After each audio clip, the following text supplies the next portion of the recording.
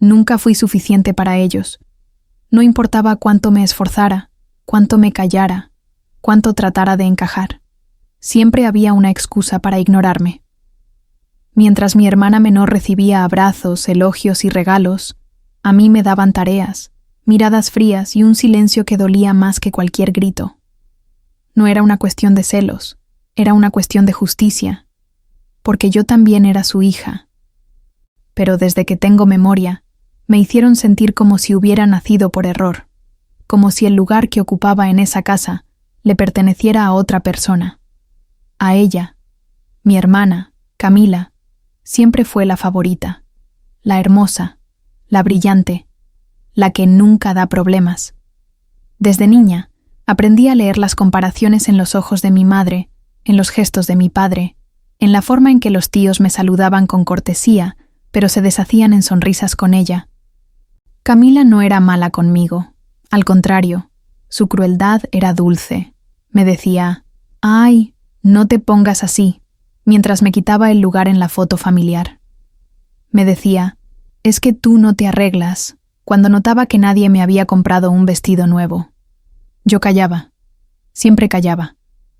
Recuerdo una Navidad en particular. Tenía 12 años. Mi madre puso 2 cajas bajo el árbol. Una era enorme, envuelta en papel dorado, con moño brillante. La otra era pequeña, sin etiqueta. La grande era para Camila, una bicicleta nueva. La pequeña era para mí, un set de calcetines. Ni siquiera me miraron al dármelo. Solo dijeron, «útiles, ¿ves?» Esa noche lloré en silencio, pero hice una promesa. No sabía cómo ni cuándo, pero algún día yo tendría algo que ellos no pudieran ignorar, algo que no pudieran negar. Y ese algún día comenzó a llegar el día en que mi abuela paterna enfermó. Ella fue la única que me trató con verdadera ternura, la única que me veía. Me preguntaba cómo me sentía, que me hablaba de su pasado, de sus miedos y de sus decisiones. Nadie más lo notó, pero yo sí. Cuando empecé a cuidarla, su mirada cambió.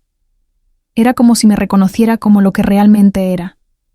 Su nieta, sí, pero también su reflejo. Lo supe cuando, una noche, me tomó la mano y dijo, «A veces, el silencio guarda más poder que cualquier palabra. No estás sola, mija. Solo espera». Y yo esperé. Cuando mi abuela fue internada por última vez, yo estuve ahí. Todos decían que no valía la pena ir, que ya no se acordaba de nadie, pero yo sabía que sí. Me tomaba la mano, me miraba con esos ojos apagados pero aún vivos, y me sonreía. Me quedaba horas junto a ella, limpiando su rostro, leyéndole libros, peinándole el cabello blanco que tanto amaba. Nadie más iba. Camila estaba muy ocupada con sus viajes. Mis padres, bueno, ellos solo aparecían para las fotos. Y yo, la invisible, me convertí en su única compañía real.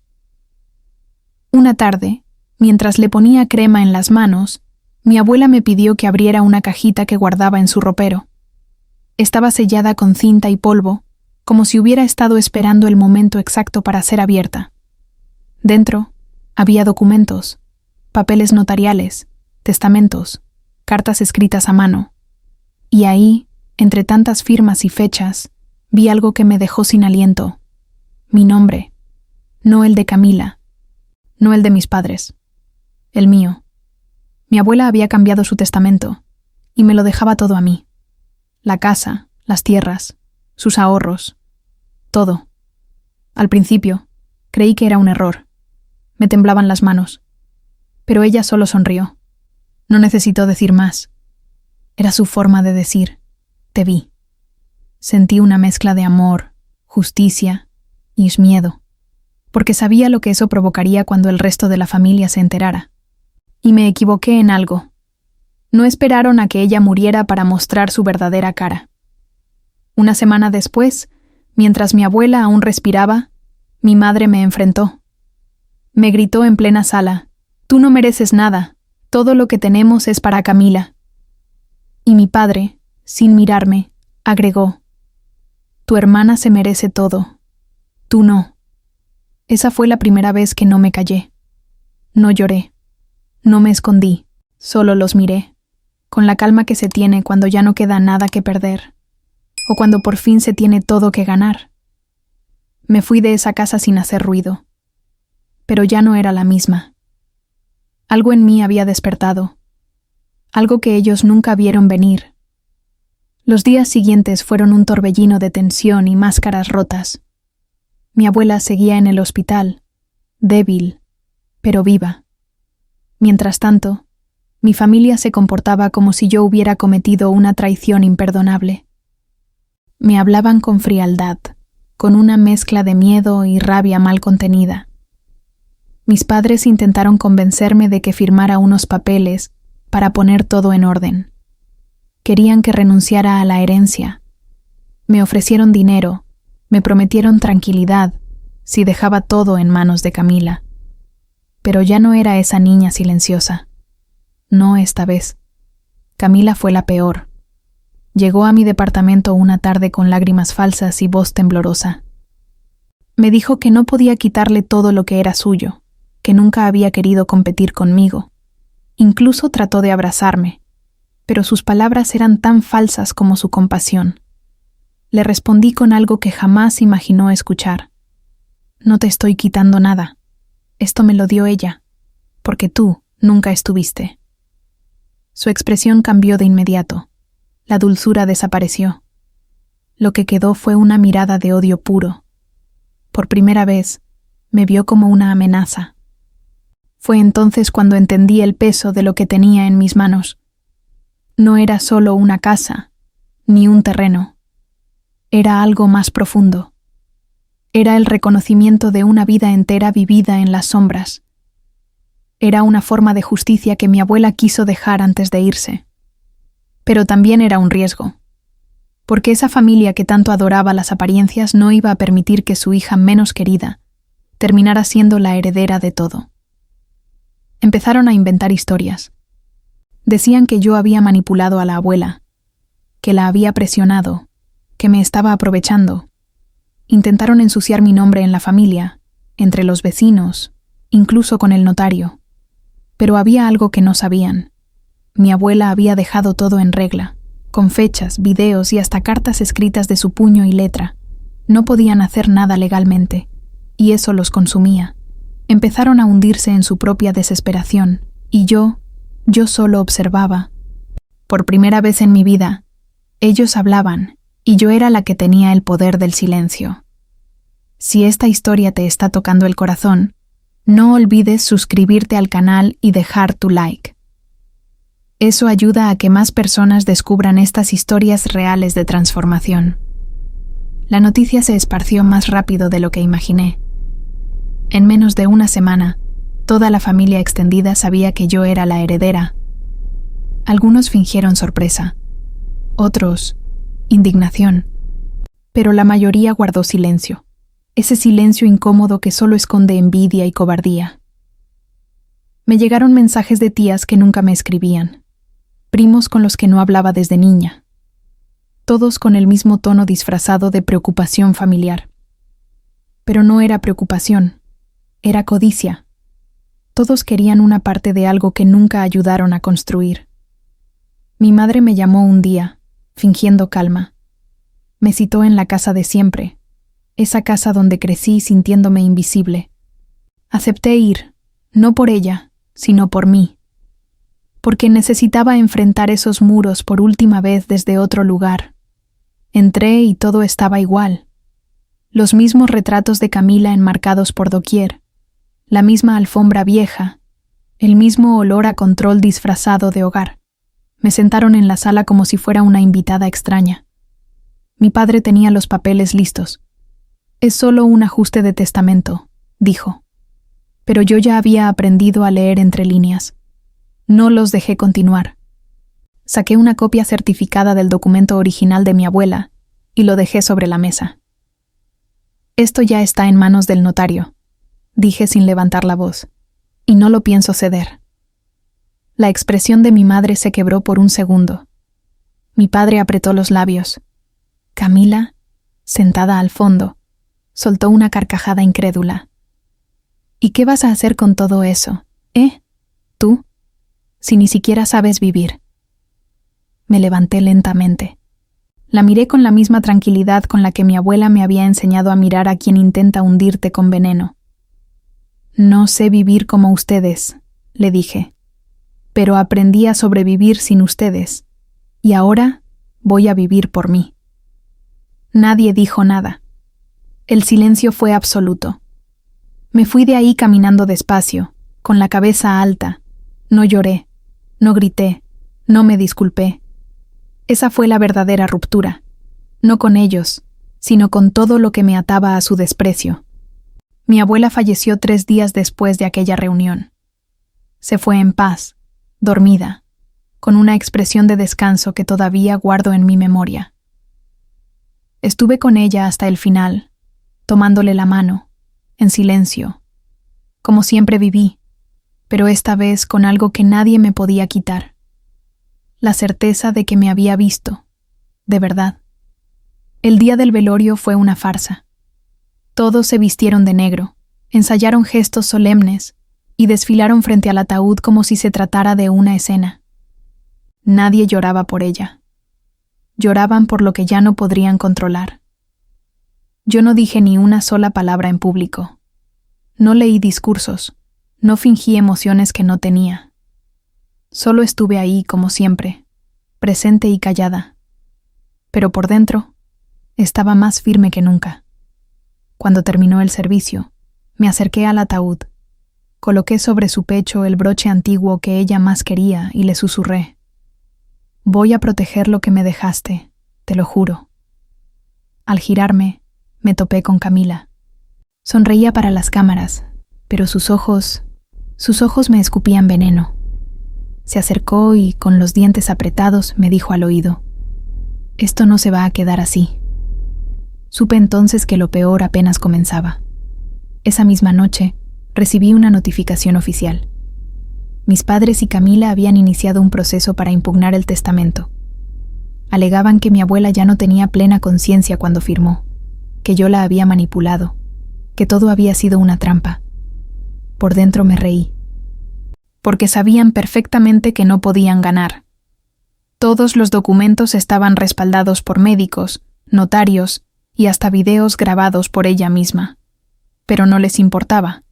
Lo que querían era desgastarme, empujarme a rendirme, meterme miedo, quebrarme por dentro. No lo lograron. En lugar de acobardarme, busqué a la mejor abogada que encontré. Una mujer joven, valiente, criada por su madre sola, como yo. Cuando escuchó mi historia, solo dijo: «Vamos a ganar, pero lo haremos con elegancia, no con odio». En ella vi reflejada la mujer que yo empezaba a ser. Juntas revisamos cada papel, cada carta, cada firma.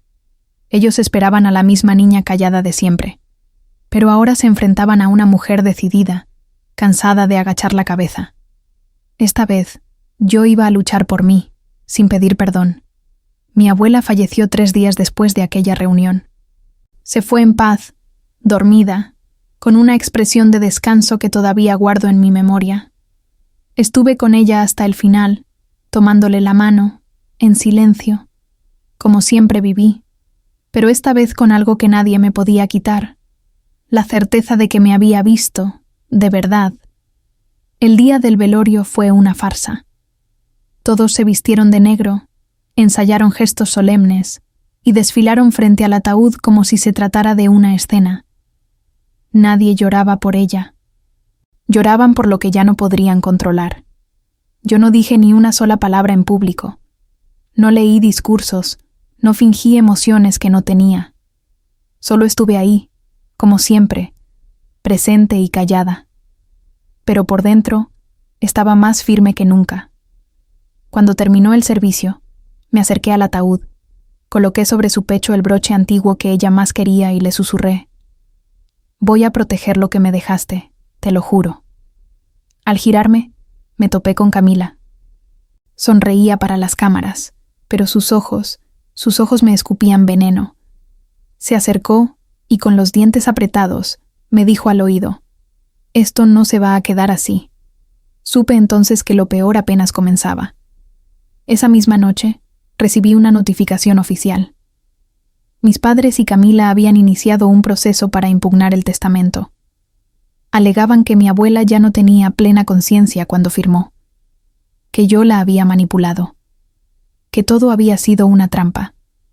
Por dentro me reí, porque sabían perfectamente que no podían ganar. Todos los documentos estaban respaldados por médicos, notarios y hasta videos grabados por ella misma, pero no les importaba. Lo que querían era desgastarme, empujarme a rendirme, meterme miedo, quebrarme por dentro. No lo lograron. En lugar de acobardarme, busqué a la mejor abogada que encontré. Una mujer joven, valiente, criada por su madre sola, como yo. Cuando escuchó mi historia, solo dijo: «Vamos a ganar, pero lo haremos con elegancia, no con odio». En ella vi reflejada la mujer que yo empezaba a ser. Juntas revisamos cada papel, cada carta, cada firma. Ellos esperaban a la misma niña callada de siempre. Pero ahora se enfrentaban a una mujer decidida, cansada de agachar la cabeza. Esta vez, yo iba a luchar por mí, sin pedir perdón. Mientras el juicio avanzaba y las máscaras seguían cayendo, empecé a notar algo que jamás habría imaginado. La soledad de Camila. A pesar de todos sus intentos por parecer segura, por proyectar esa imagen de hija perfecta, sus ojos comenzaban a delatarla. En una de las audiencias, su abogado se retrasó. Ella estaba sola en una banca, revisando papeles con manos temblorosas. Me acerqué, no para consolarla, sino porque necesitaba verla de verdad. Y en ese instante me di cuenta de algo que nunca antes había comprendido. Ella también fue una prisionera. No de la indiferencia, sino de las expectativas. Camila fue criada para ser la brillante, la obediente, la admirada. Mientras a mí me ignoraban, a ella la exhibían como un trofeo. Y aunque su jaula era dorada, seguía siendo una jaula. Eso no justificaba todo el daño que me hizo, pero me ayudó a soltar una carga. Porque entendí que su odio no venía de mí, venía de la presión de mantener una corona que nunca pidió. Esa noche, al llegar a casa, lloré, pero no por ella. Lloré por mí, por la niña que durante años creyó que no valía nada, por la joven que aceptó migajas, y por la mujer que, finalmente, estaba aprendiendo a poner límites. A los pocos días, recibí la visita de mi madre. No me abrazó, no me pidió perdón. Solo se sentó frente a mí y dijo: «Tu abuela rompió esta familia». Me tomó por sorpresa, no por las palabras, sino por la frialdad con que las pronunció. Me miró con desprecio, como si todo esto fuera una traición personal. Le respondí con calma: «No fue ella quien la rompió, fue el silencio, el desprecio, las diferencias que ustedes alimentaron todos estos años». Se levantó sin decir nada. Salió de mi casa sin mirar atrás.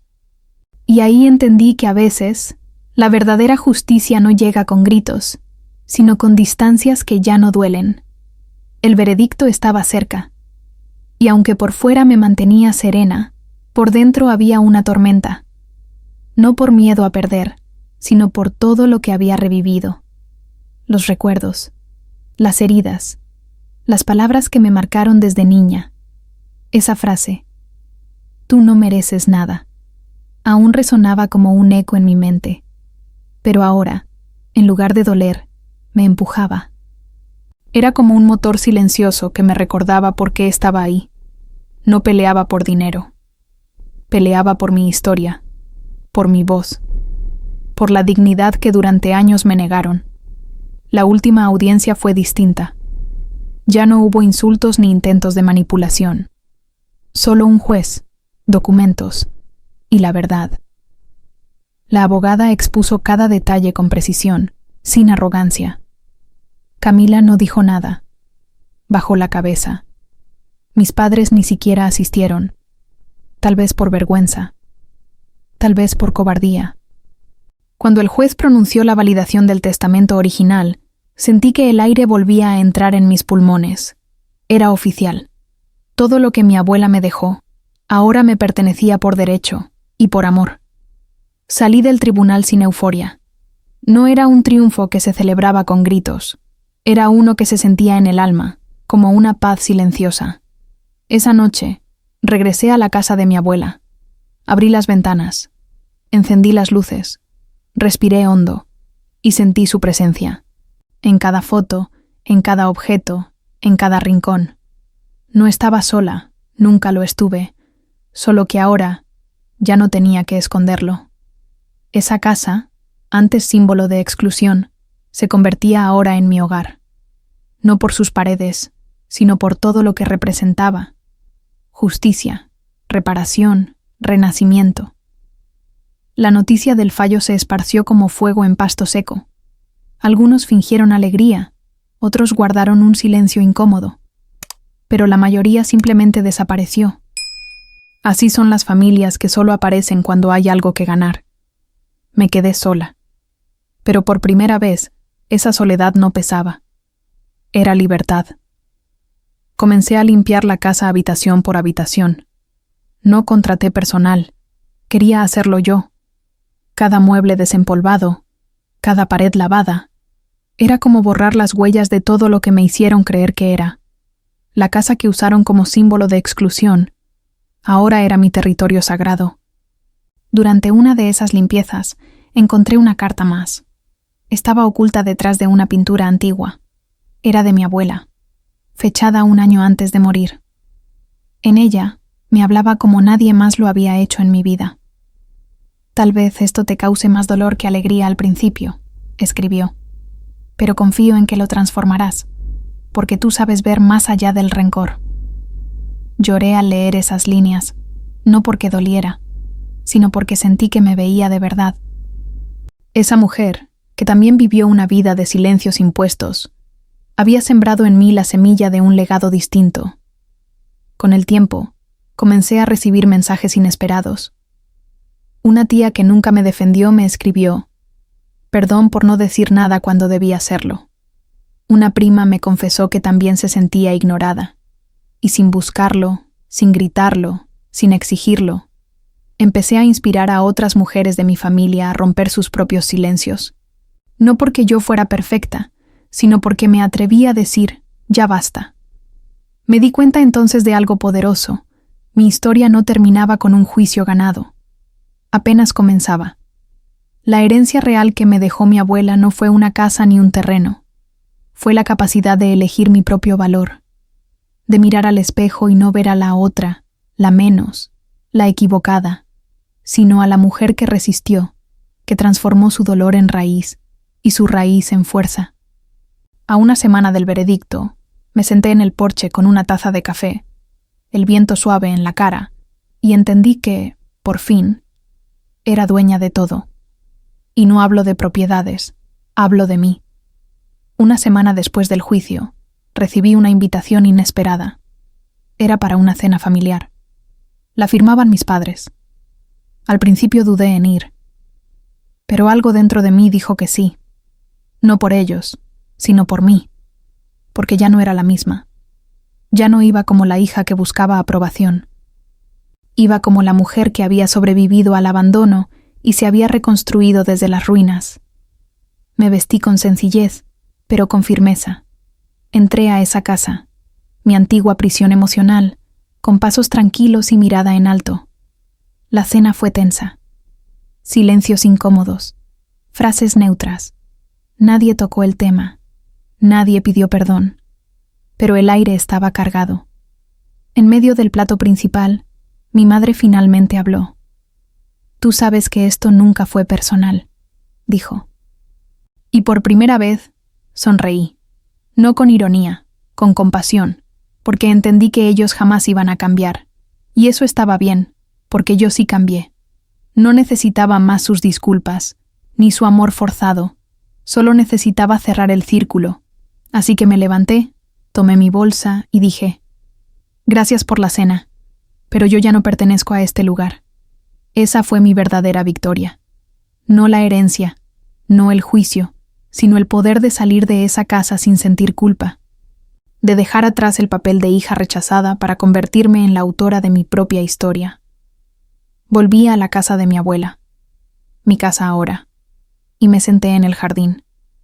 Vi las luces encendidas, las plantas que había sembrado con mis propias manos, y me sentí completa, no feliz de forma exagerada, sino en paz, en silencio, en libertad. Hoy, cuando alguien me pregunta qué pasó con mi familia, solo respondo, nada, porque no necesito justificar el pasado. Lo que sí comparto, con orgullo, es que cuando me dijeron tú no mereces nada, una semana después, era dueña de todo. No por venganza, sino por justicia.